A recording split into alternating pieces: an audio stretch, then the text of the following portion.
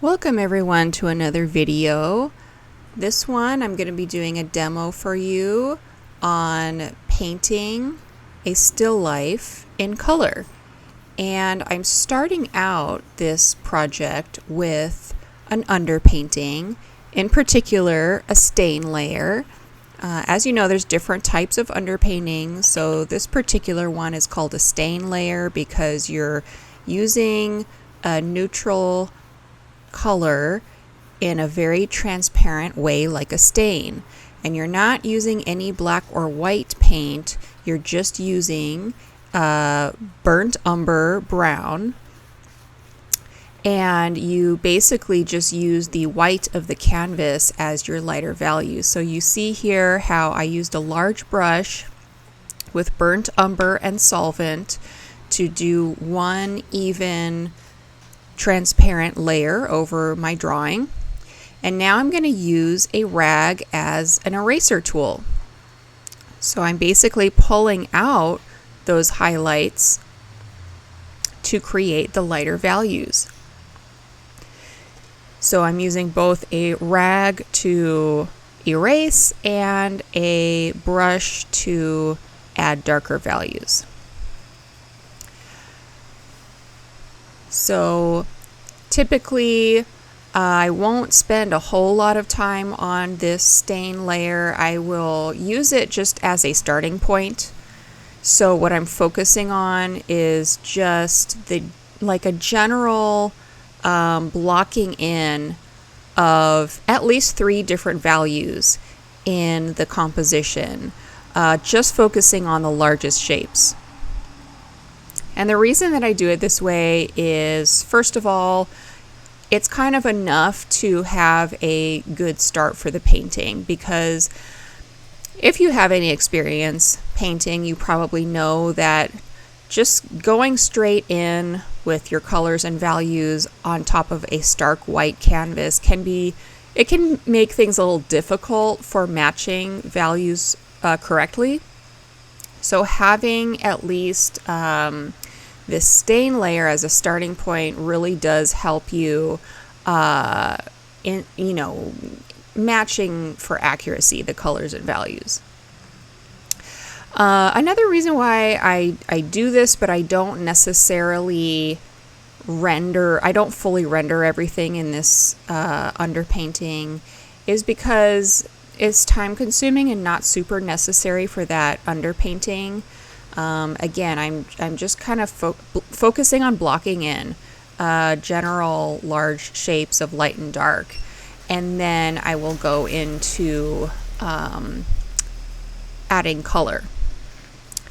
Now, some people will do this stain layer as a first layer, let it dry, and then come back on top of it later.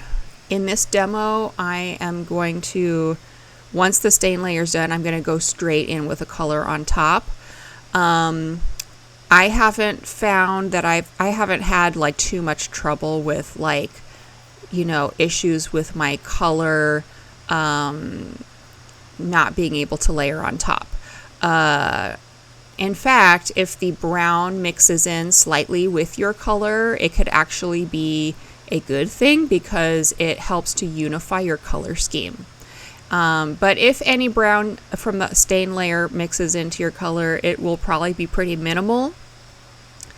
So I'm not concerned about it. This demo will be completely Alla Prima, so it's all in one sitting. And in total, I spent about 3 hours painting. The drawing was pretty loose and quick. I did maybe like 15 minutes worth of the time I spent on the drawing, and then the painting from the beginning of the stain layer to the end result that you see at the end of the video, it was about 3 hours.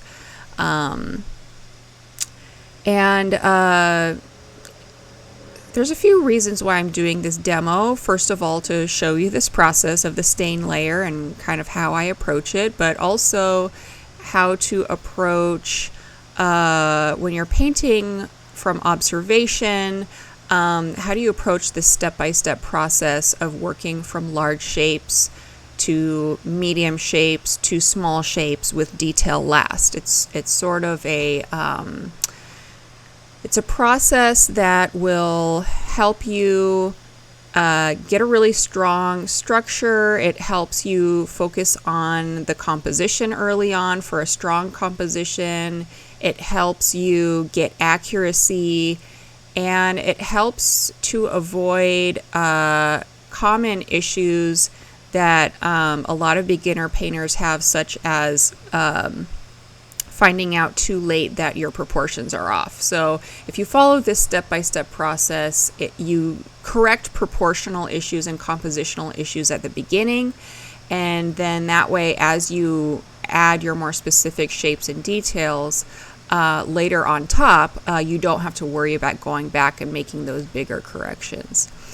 In the lower left-hand corner, I have an image of my palette. At first, I showed you the color before I mixed my secondaries, and now I'm showing you my color mixtures. It's not the most organized palette, I'll admit, but I wanted to show you what colors I'm using for this painting, because now, as you can see in the demo, I am starting to apply color on top of that stain layer. So what colors am I using for this project? I'm using Magenta for my cool red, Cadmium red for my warm red. Of course, I use that Burnt Umber for the stain layer, and there will be times within the color that if I need to desaturate the color a little bit, I can always dip into that Burnt Umber.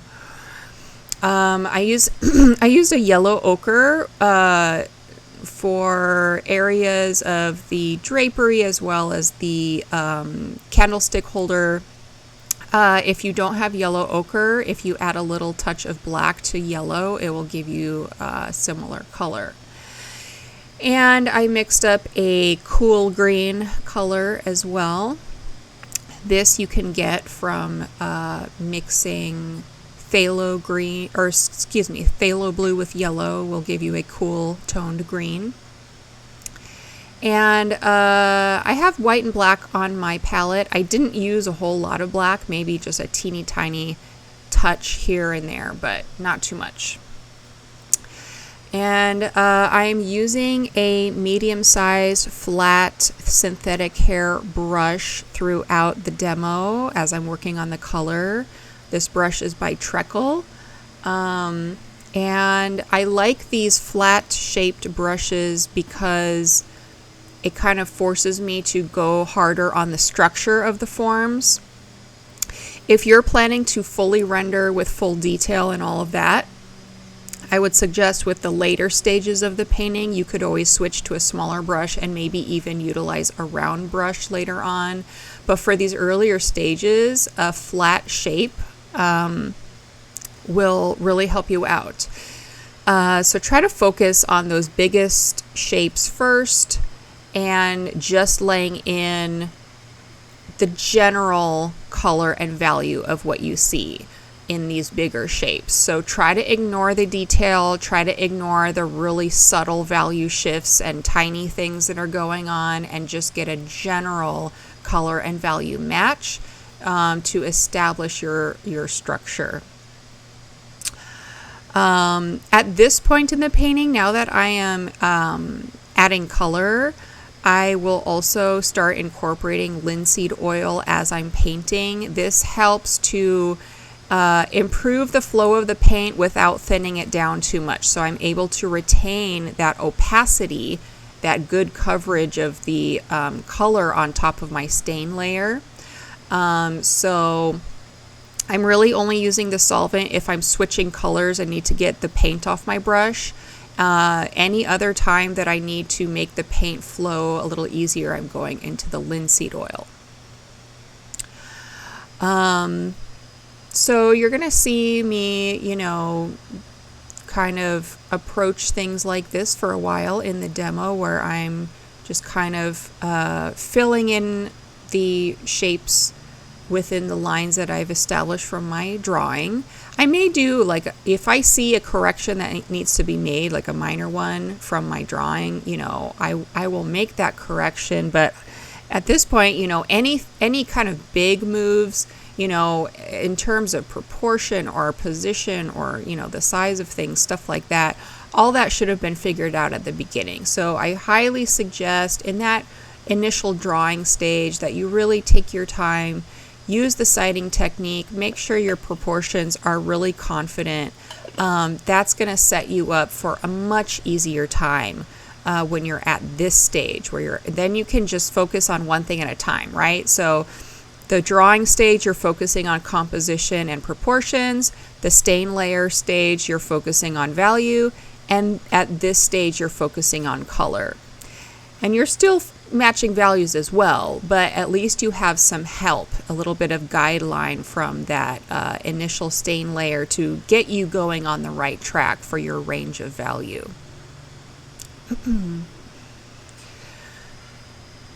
And once I get further into the demo, I will start to consider certain things like establishing, certain edges that need to be more hard edge and crisp versus certain edges that need to be more soft. And how do you make edges crisp versus soft? In my experience, when I'm trying to get a hard edge, I will make sure that I've got enough paint on my brush, and as I fill in that shape with that hard edge, I try not to go back and forth with my brush too much. I try to just, establish it and then leave it alone. Whereas edges that I want to get softer, I can kind of go back and forth with my brush. The more movement, the more your two colors will blend in together and kind of give that softer edge. There's other ways to get a soft edge. For example, if you use a dry brush over an edge, it will soften it a little bit. And how do you identify which edges should be hard versus soft? Well, in general, with this kind of still life setup, you can consider some of the objects, such as hard edge objects like the candlestick, maybe the red part of the radish, the ribbon, the book, those things, I think it's safe to say could use a hard edge. And then softer surfaces like the drapery, especially when you're dealing with light and shadow, like shadow shapes should have more of a soft edge. And things that have a little bit of a texture, like the area I'm working on right now, the greenery of the radish. You could certainly do a softer edge with something like that. But in general, this kind of decision making about how you're showing these different types of objects and the hardness or softness of these objects, their type of reflections that they give and all of that. It comes with experience, but typically something like, the metal candlestick. Some characteristics of the metal is that you're going to see hard edges and you're going to see more pronounced hard edge light and shadow because it's shiny, so it's giving some dramatic reflections. Whereas something like the ribbon that has more of a soft matte surface, those reflections will be more diffused. They won't have as hard of an edge. Another thing to consider is compositionally, there may be certain areas of interest, for example, the focal point, that could use more attention-grabbing elements, such as higher contrast of values, maybe more saturated colors, maybe more details, such as fully rendering those areas. maybe even some crisper edges, all sorts of different options that we can use when we take some artistic license to kind of pop the focal point and grab the viewer's attention. Whereas certain things like backgrounds or things that are behind the focal point, things that we don't want to have as much focus on, can be simplified with less detail. They can be a bit softer, they can be a bit lower contrast, maybe even desaturated in color. This, kind of strategy will help the painting work as an artwork, right? Because even though we're painting from observation, we're copying what we see, we're matching shapes and proportions and values and color, there's going to be very subtle adjustments that we can make to improve the design of what we're making, right? So those also are things that will come with time and experience.